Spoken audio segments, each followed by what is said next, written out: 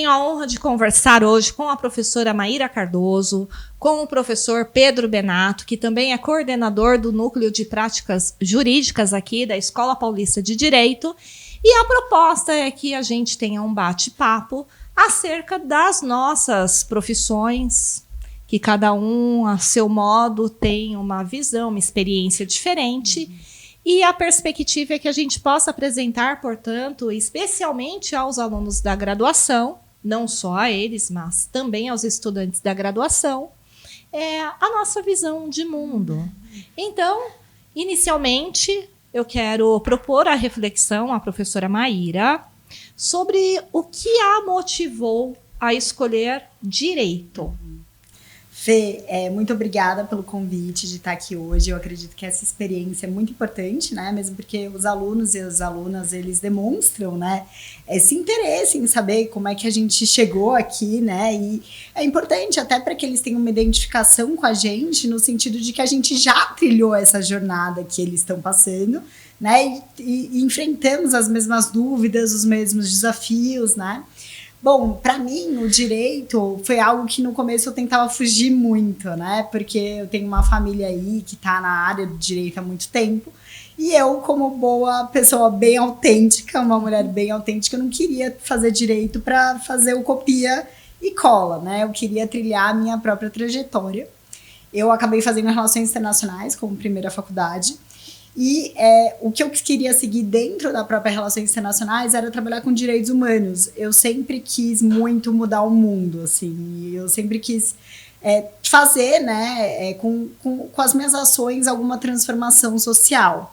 E foi então que eu fui para a RI, e aí meu sonho era trabalhar na ONU, na Unicef, bem mais focado nessa parte, né, de organismos internacionais. Só que eu descobri que para trabalhar nesses lugares eu teria que ter o quê? O background do direito, ser advogada, né? Porque como internacionalista, muitas vezes as vagas não era aquilo que pedia, né? Foi então, quando eu estava cursando os 2 últimos anos de Relações Internacionais, eu falei, bom, eu vou agora. Agora eu senti o chamado e acabei indo para o direito, e foi uma conexão desde o princípio, assim, não só com a matéria de direitos humanos, como com a matéria de direito penal, porque eu sempre fui uma entusiasta de tentar entender por que as pessoas fazem o que elas fazem, e no direito penal a gente trabalha muito essa compreensão e também essa empatia de se colocar no lugar do outro, né? Afinal, a gente está trabalhando com o direito mais precioso, que é o direito da liberdade. E aí eu falei assim, cara, eu posso unir as duas coisas. Me formei em Relações Internacionais, então sou internacionalista também, e segui aí no ramo do direito, justamente nessa parte de direitos humanos e direito internacional, mas sempre tentando fazer, né, tá bem alinhada com o meu principal propósito, que é fazer uma diferença no mundo, ter esse aspecto social e nunca me desvincular a isso. Então, basicamente, eu acho que esse é meu propósito em tudo que eu faço, seja na advocacia, seja nas minhas palestras, seja dando aula, no sentido que eu acredito que a sala de aula é uma maneira, assim, da gente mudar o mundo e da gente se educar, né? Nós, como o Paulo Freire diria, nós somos educadores, né? E agentes de transformação, né, os professores e a sala de aula. Então, assim, eu me encontrei em tudo isso, e o meu propósito sempre foi fazer uma diferença. Nossa, interessante, muito interessante. Jamais, eu não sabia que você já tinha formação de relações internacionais, não, juro. Tem várias formações. Várias eu sei, mas de relações internacionais eu desconhecia. E você, professor Pedro, o que o motivou? O São Paulo Futebol Clube não me aceitou, né? Eu queria ser jogador de futebol, mas não consegui. E brincadeiras à parte, né? A gente brinca muito. Aliás, eu já começo agradecendo a você, minha amiga Fernanda, a professora Maíra também, que são muito queridas aqui no IPD.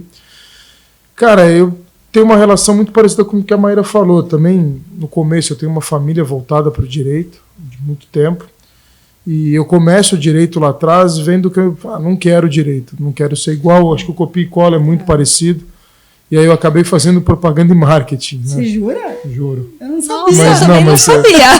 Mas ao contrário da professora Maíra, eu não terminei. Tá? Eu fiz 1 ano de propaganda e marketing e senti falta do fórum, do dia a dia, desse contato de poder mudar o mundo. Não que propaganda e marketing, todas as outras áreas, a gente não possa, mas eu achei muito interessante o que você falou, professora Maria. Acho que no direito a gente transforma a sociedade.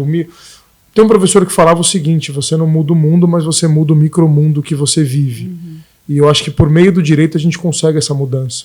E se a gente auxiliar o próximo, a gente tem que lembrar que por meio do direito você muda a vida de uma pessoa. Você dá um abrigo a ela, você dá uma condição mínima existencial a ela. Ao contrário da professora Maíra, eu sou da parte do direito do trabalho, e eu acho que o trabalho dignifica o homem, tanto que ele está na nossa Constituição Federal. E eu acho que conseguindo estender a mão para o próximo, de uma forma ainda meio que subjetiva, você muda essas pessoas. E sala de aula é a paixão da minha vida, né? Eu acho que a sala de aula ela pica a gente de uma forma que a gente acaba nos transformando, e ver as pessoas, os alunos principalmente, galgando cargos, ajudando o próximo. Eu acho que isso é a coisa mais gratificante do mundo. Então eu acho que o direito ele entra na nossa vida, eu acho que o direito nos escolhe. Porque, como a professora Maíra, e provavelmente você também, né, Fê? A gente vai, luta contra e acaba sendo escolhido por ele. Então, eu acho que mais ou menos dessa forma. Mas se o São Paulo quiser também, posso fazer um teste aí, vai, né? Não vai. Não dá mais, né? Acabou. Que tristeza. Agora, pensando um pouco assim, em superar desafios, acredito que o direito tenha uma perspectiva bem machista, digo isso, por conta própria. Lugar de fala. Lugar de fala. E aí eu te pergunto, Má, você, qual foi seu maior desafio? Qual é a sua percepção enquanto mulher dentro do contexto do direito? Eu acho que assim, não é novidade para ninguém, né, Fê, que o direito ele é muito masculino, é só a gente ver, aí as pessoas podem falar, mas tem muita mulher, né, em sala de aula, sim, em sala de aula, mas e no STF? E nos órgãos de poder, né? Quantas mulheres tem? Então, por mais que a gente tenha bastante mulheres advogadas, a gente não tem bastante mulheres ocupando postos de poder. O que significa que é um grande desafio para nós, né? Porque nós somos desafiadas para ser ouvidas. Quando nós nos posicionamos, muitas vezes as pessoas tendem a falar que a gente é louca, tendem a falar que a gente tá exagerando, que a gente tá agindo com as emoções, né? Então o machismo ele opera de diversas formas, mas principalmente tolhindo a nossa voz, a nossa autoestima e a nossa própria verdade. Eu nunca vou esquecer quando eu dei uma palestra na Assembleia Legislativa e eu tava com vestido todo cheio de mulheres, assim, e eu não me preocupei em ir montada, sabe, fora de mim. E no final, 2 ou 3 alunas me procuraram e elas tinham acabado de ingressar na faculdade e elas estavam chorando e elas falaram assim, graças à sua palestra eu não desisti de fazer direito hoje, porque eu percebi que eu posso fazer o direito e eu posso ser uma advogada sendo exatamente quem eu sou. Então eu acho que o maior desafio para mim no direito era ter que sair de mim. Eu sempre fui muito autêntica, eu sempre fui muito eu e aquilo que eu expressava. E eu percebi que no direito talvez eu tinha que moldar, me encaixar, ou ser uma pessoa que talvez eu não seja, mas na verdade isso estava muito na minha cabeça, eu acho, nas minhas crenças, né? Porque foi o que eu pensei, eu preciso, né? Como eu tenho uma origem no direito que ela é privilegiada, eu preciso usar esse privilégio para abrir espaço para que outras mulheres dentro do próprio direito não tenham que sair delas para serem boas advogadas, vistas ou reconhecidas. Porque, senão, é mais um sacrifício que o patriarcado impõe pra gente. Ou você faz o que você ama, ou você é você. Então, eu acredito que o maior desafio que eu enfrento, eu acredito que todas as mulheres enfrentam, é ser nós mesmas fazendo aquilo que a gente ama. Porque isso significa quebrar padrões, isso significa nos recuperar da nossa voz e principalmente nos apoiar. O que a gente acaba vendo isso de uma maneira muito triste, a rivalidade feminina dentro do próprio ambiente jurídico. Então, assim, eu fico muito feliz de ter você, Fê, como chefa aqui, né? Porque eu vejo o quanto esse ambiente é um ambiente pautado na sororidade. Eu acho que a gente tem que estimular cada vez mais isso.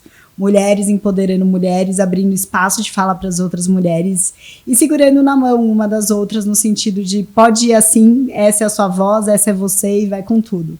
Então eu acho que esse é o meu maior desafio, eu acho que continuar sendo autêntica, não deixar que o patriarcado me tolha no mundo jurídico e permitir que outras mulheres possam ser assim e estar junto e dar essa força, esse amparo. Ai. Depois dessa aula eu vou até me esconder aqui embaixo. Exato, tá difícil agora, hein, Pedro? Não, Você teve desafio, Pedro? Será? Não, eu vou falar até o seguinte, eu sendo bem honesto, porque até nas minhas aulas eu sou um grande defensor do trabalho da mulher. Né? Eu acho que é um absurdo em 2023 a gente tem que pensar que houve uma lei para equiparar a ação de salários. Assim. E que mesmo assim... E mesmo assim hoje, é totalmente diferente. E das falas da professora Maíra eu faço também as minhas, que é uma alegria tê-la, você, professora Fernanda, como nossa líder aqui dentro, porque a gente precisa... O que a professora Maíra falou é muito interessante. A gente fala de muitas mulheres em sala de aula, eu costumo também falar isso, mas no poder a gente ainda não vê isso. E eu creio que está mais do que na hora da gente ter esse tipo de poder. A questão do machismo, eu acho que nós, como professores, a gente tem que quebrar esse padrão. Eu acho que cabe não só as mulheres, como nós homens também que entendemos isso. Tudo isso é uma desconstrução. Eu entendo que isso é uma desconstrução.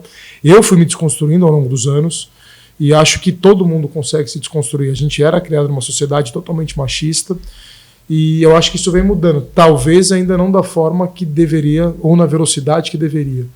Então eu acho que cabe a nós, docentes, ensinarmos ao próximo que todos nós temos lugar de fala e as mulheres têm lugar de fala. Eu detesto quando uma mulher está falando, alguém vai e interrompe. O que a gente vê, como você falou na Lesp, em vários locais a gente já passou por algumas situações que são públicas, basta procurar. Então eu acho que é um desafio preparar essa inclusão dentro da sala de aula para as mulheres, para que elas entendam que elas estão ali para fazer uma diferença e que os homens entendam que isso não é uma concorrência, sim. As pessoas têm que caminhar lado a lado. Eu acho que a gente tem que abrir a porta para todos, sem diferença de etnia, classe, cor, enfim, mas ainda temos muito. E quanto aos meus desafios no direito, olha, eu vou falar para você que assim, acho que são diários. Eu tenho desafios constantes, nem vou falar na questão muito jurídica, porque eu acho que todos nós que estamos na área jurídica, nós temos desafios. O advogado, todos os dias aparecem coisas novas, desafiadoras, mas eu acho que o meu maior desafio hoje, eu não digo nem como advogado, assim como professor, é trazer um mundo melhor, é fazer com que o estudante entenda que o direito não é só um instrumento do dinheiro, ele é um instrumento de um mundo melhor e mais justo. Eu sempre falo, eu acho que é legal você pensar em ganhar dinheiro, não é crime isso, mas você também tem que pensar nesse movimento de trazer um mundo mais justo. Eu vejo uma sociedade totalmente... A professora Maria falou de privilégios, eu tive vários privilégios e eu queria que todos tivessem. Então eu quero uma sociedade mais justa, mais igualitária, onde as pessoas possam fazer o que querem. Então, a professora Fernanda quer fazer direito? Faça direito. A professora Maria quer fazer medicina? Que ela tenha essa oportunidade. Então eu acho que o direito ele serve como um instrumento.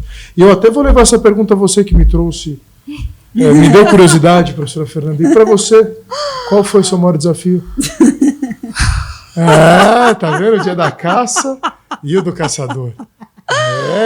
O mundo dá voltas. Eu vou fazer das suas as minhas palavras. Olha que falta de autenticidade. Vamos lá, você pode ser você. E ela pode falar, é uma alegria.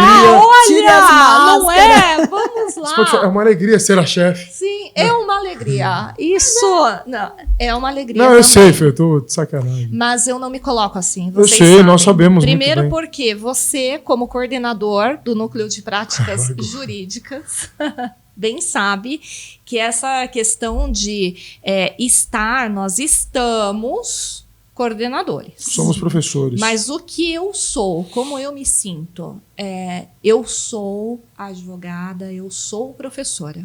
Isso é algo que ninguém me toma a nenhum momento, né? Não que o exercício da coordenação possa ser tomado, porque são transições, são fases da nossa vida. Mas de desafios, eu acho que a gente enxerga a depender do lugar que nós estejamos. Eu já enfrentei desafios em sala de aula, né? Eu comecei a lecionar aos 25, 26 anos. Eu comecei a lecionar quando eu estava no 4º ano de Direito. Caramba! E eu lecionei para supletivo, então as pessoas eram muito mais velhas do que eu. E ali eu já enfrentava desafios, até pela questão da idade. E não é raro ainda hoje eu ter alunos que não se sentem confortáveis porque são mais velhos e que eu estou ali e às vezes eu me questiono se é pelo fato da condição de eu ser mulher. Então, não sei se teria algo a ver com isso. E no exercício da advocacia, isso vem de formas veladas, especialmente em audiência. Em audiência, essa questão do outro colega, eu acho que esse é o primeiro passo. O outro colega nos vê como se fôssemos o próprio cliente. E somos pessoas bem distintas. Né? Então, você já está indo para a guerra. Você não consegue olhar para o colega como sendo seu colega. Você olha como sendo seu inimigo. Quer dizer, olha, eu não vejo assim porque eu entendo que ali ele está tutelando o outro, mas eu posso chegar e cumprimentar e tudo mais, porque algum, né? Isso não vai ter comprometimento com a prestação do nosso trabalho. E também aí, sem contar nas audiências, com interrupções, isso eu acho que é o que mais marca a condição aí de nós enquanto mulheres. Eu acho que também um machismo que é muito velado é pedir para as mulheres tomar nota nas reuniões. Então, por exemplo, quando tem um monte de reunião, e daí tem uma mulher, 2 mulheres, e aí sempre pedem para a mulher tomar nota. Porque você passa uma ação de secretariado. Sim. Ou seja, ela não está livre para tomar as decisões, ela está secretariando essas decisões. Fê, você estava falando, eu lembrei de um filme que eu vi no Netflix, eu acho que vale muito a indicação aqui para todo mundo que está vendo, é um filme bem pesado, chamou Jogo Justo. Ele é no mercado financeiro, ele não é no direito, mas o mercado financeiro ele tem suas semelhanças com o direito. Nossa, né? como? E na verdade é um casal, né, de analistas financeiros, e ele é namorado dela e todo mundo, o casal acha que ele vai ter uma promoção, só que quem tem é ela. E a partir do momento, o colega, que seria tipo um colega, Sim. ele começa a deslegitimar ela o tempo todo. E ela se sente culpada por ocupar aquele lugar, né? Então, eu percebo que mulheres no âmbito do direito, mesmo em espaços de poder, a gente sente que a gente está pedindo licença o tempo todo para ocupar um espaço que é nosso. É como se a gente se sentisse culpada por esse poder, ou como esse poder ele não fosse nosso. Né? Então, a gente pede desculpa muitas vezes. É como se a gente estivesse sempre pisando em ovos. Então, dá licença, tudo bem, posso entrar. É como se fosse... é como se a gente não fosse bem-vinda ali, sabe? Isso eu acho que é algo que a gente precisa remodelar, sabe? E ter uma chefa mulher, isso significa muito, né? Por quê? Porque tem um ambiente seguro para outras mulheres. Então, eu acho que essa dificuldade que você falou de ver o outro, que deveria ser o seu colega, mas que não tá ali para... Ele tá ali para puxar sua coroa, vamos dizer... É algo que a gente lida muito, né, no ambiente, até muitas vezes com outras mulheres, né, porque o machismo ele se reproduz de mulher para mulher, infelizmente. Sim. Né, nós temos muitas mulheres machistas que o objetivo principal é puxar a coroa de outro. Então, quando vê alguém prosperando, bem-sucedido, etc., quer lá e quer tirar a coroa de outra mulher. E, na verdade, isso é só um patriarcado introjetado dentro das pessoas que faz com que a gente perca a força como liderança, como um poder, né, feminino dentro dos espaços. É bem desafiador. Professor Pedro. Estou refletindo aqui sobre o aprendizado. Mas é real, eu acho que porque eu estou do outro lado, né? Eu sempre falo isso, é a mesma questão quando a gente vai dar uma aula sobre questão de cotas, inclusão. Nós não estamos, eu não sofro realmente esse lado que vocês sofrem. Então eu procuro, sempre que eu escuto vocês, é uma aula. Porque eu acho que nós só conseguimos a mudança entendendo e tentando aprender.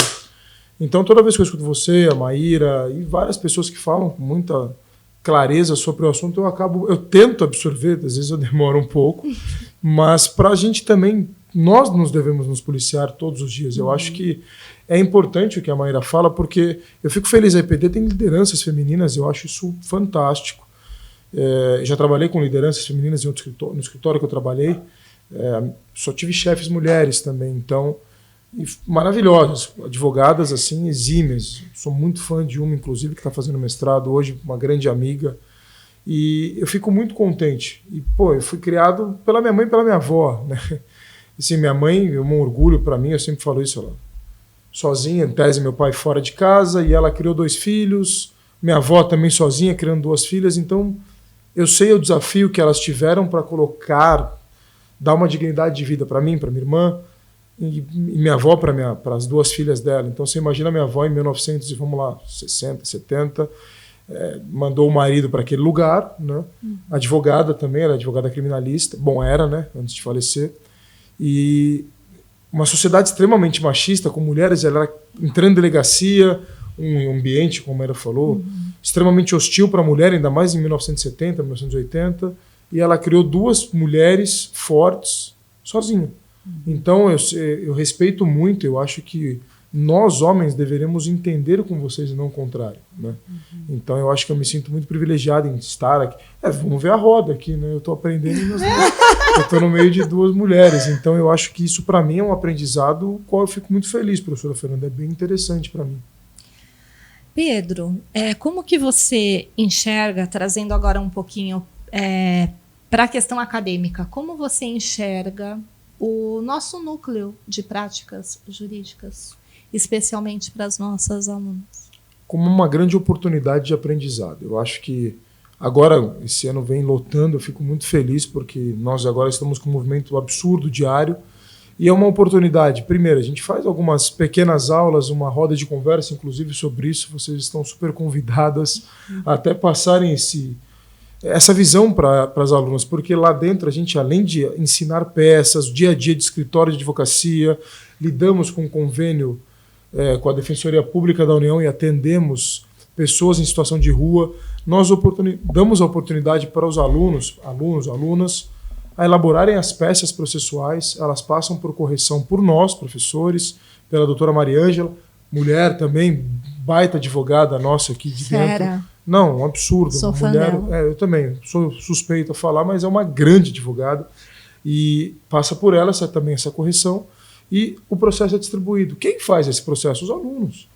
Então, assim, que é uma oportunidade de aprender mais do que com um processo real de uma pessoa que realmente necessita, porque a gente só atende pessoas em situação de rua.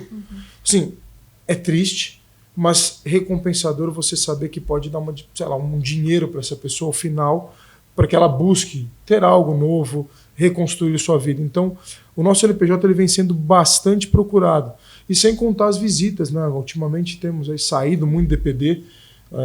Anteontem rolou uma visita para o Tribunal de Justiça, tivemos 40 alunos, já estamos com lista de espera para a próxima visita. Fomos no museu, a professora Maria ia gostar, no Museu Penitenciário do Crime lá.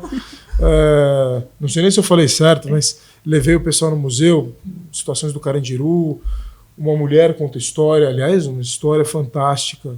Ela coloca até os alunos, inclusive, na solitária. Na solitária. É maravilhoso. Então, os alunos eles estão tendo experiências fantásticas. Então, assim, eu sempre falo que o NPJ funciona para eles. Não faz sentido mantermos algo tão bacana se não tem aluno.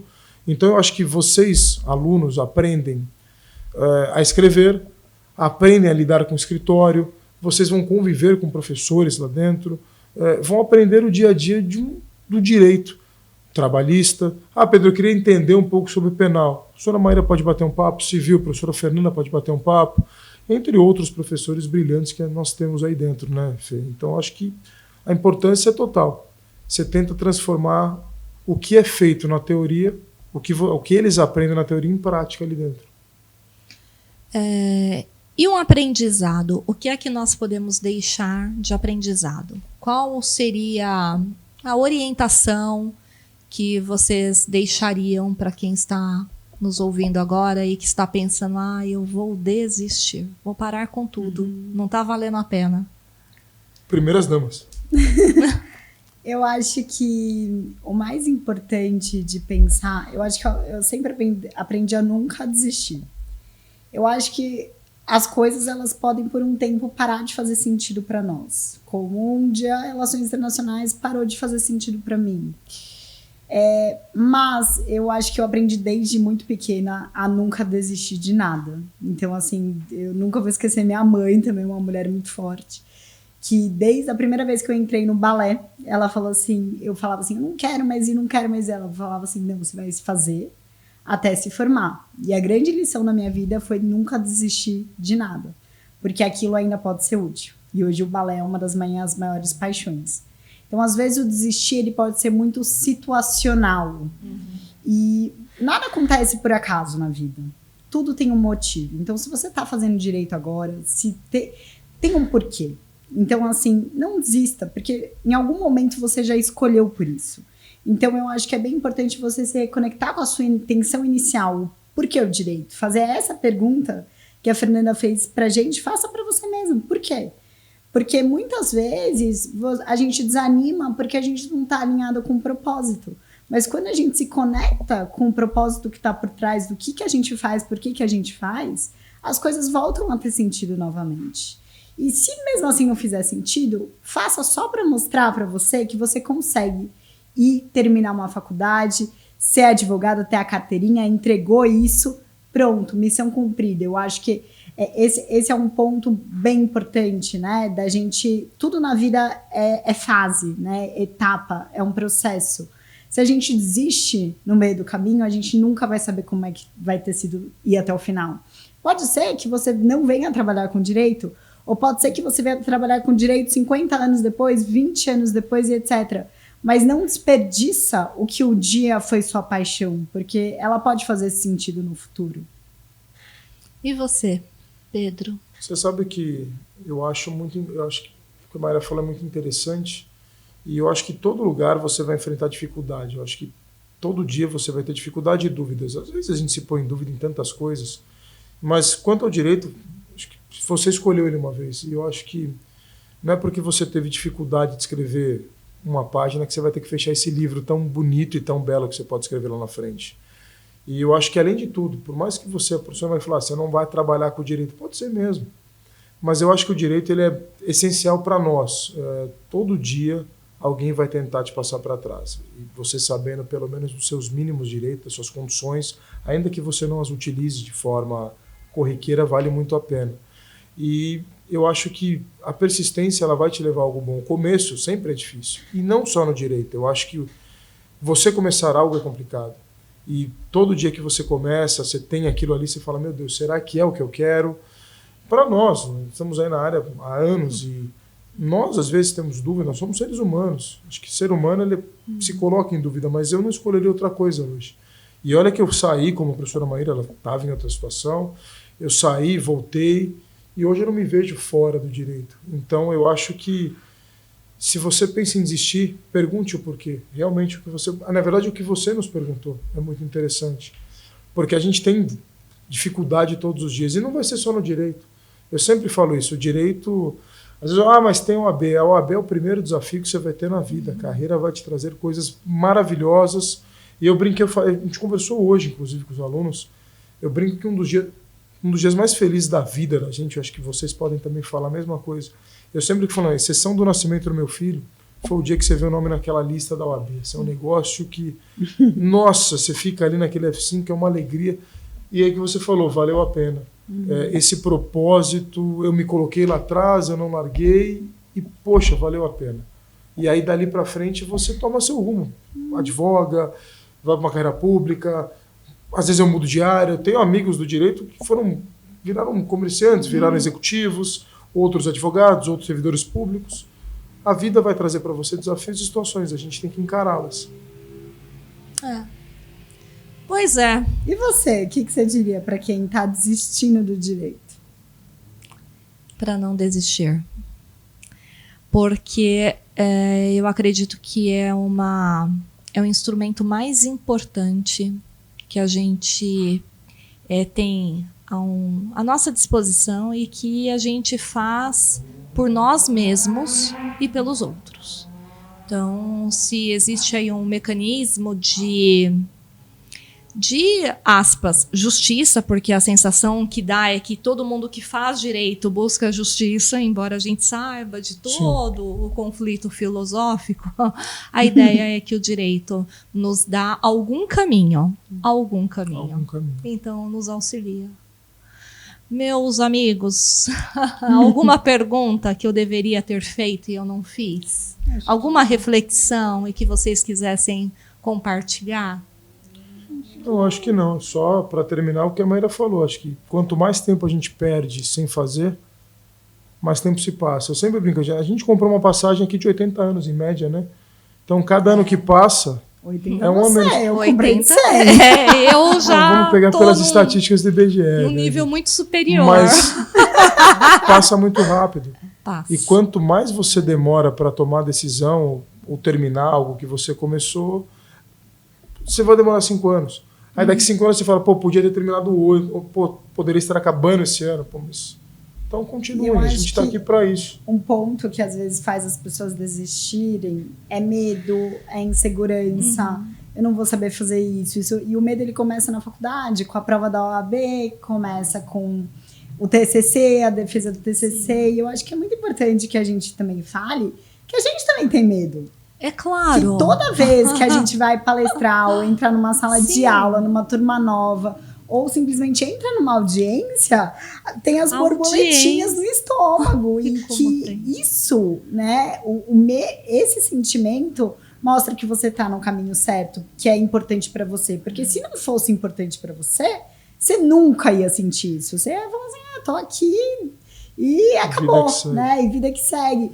Então, assim, se você sente essa insegurança, se você sente esse medo, primeiro, eu acho que todo mundo aqui sente, eu acho que pode ser a pessoa mais experiente do mundo que ela vai sentir. Então, assim, você tá no caminho certo. Você quer um exemplo bom disso?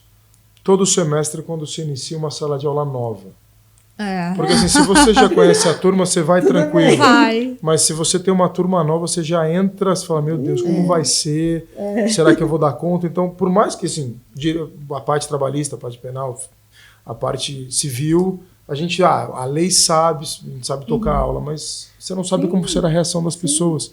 Então, isso mostra que nós também temos nossos medos. Segurança demais é risco, né? Totalmente. Segurança demais te expõe a risco. Exato. É isso. E o profissional que ele tem segurança demais, ele tende a ser um profissional também que não é bom. Você vai querer operar com um médico que é muito seguro, que ele tá simplesmente, né, que ele... Porque quando você está dirigindo, por exemplo, você tem que prestar atenção, porque a sua insegurança, o medo de fazer algum acidente, de cometer alguma coisa, faz com que você seja diligente. Então, eu acho que o medo, ele é saudável. Então, a dica, eu acho que é vai com medo mesmo. Vá com medo. Aprende a ir com desconforto, porque o desconforto faz parte. Tira na parte que fantasma, que eu morro de medo, eu não iria com medo mesmo. O resto eu concordo. Pedro, se você tivesse morrendo de sede, visse um espírito, você não ia lá? Ia sim. Eu ia e acendia a luz e ia correndo. Exato. Não, eu engulo saliva. Não, tô fora, eu tenho pavor disso. Não, sério, eu tenho pavor. Gente, então descobrimos uma coisa do professor Pedro. Pelo menos, então, se vai com medo mesmo, depende muito do contexto. Dia de prova, basta ir fantasiado de fantasminha, não, que tá no lado da prova, fica a dica. Porque eu tô vendo que é o mais... Tem que ir lá falar que tem a loira do banheiro. Exato, acabou. Eu sou meio... Eu tenho muito sobrenatural, eu não mexo não, deixa pra lá. Olha, então eu agradeço, professora Maíra, pela sua presença, pela disponibilidade da nossa conversa. Agradeço o professor Pedro também, coordenador aí do Núcleo de Práticas Jurídicas, que nós tenhamos também um ambiente seguro para as nossas alunas. E por que não pensarmos aqui até em alguma coisa direcionada para as nossas alunas, que em sala de aula a gente ainda percebe uma timidez bastante grande. Muito. Pensaremos em algo. E agradecer a professora Fernanda e a professora Maíra, que são minhas grandes amigas, pelo convite e pelo bate-papo agradável. Fê, muito obrigada. Foi uma honra estar aqui hoje, né? Eu acho que é muito importante fazer iniciativas como essa e me sinto muito honrada, principalmente para poder ter esse interesse e abrir esse espaço, né, para que a gente possa aqui, sem máscaras, contar um pouco da nossa trajetória e se aproximar mais dos nossos alunos e alunas. Queria agradecer ao professor Pedro também por estar aqui junto conosco. E é isso. É isso. Obrigada, então. Obrigada.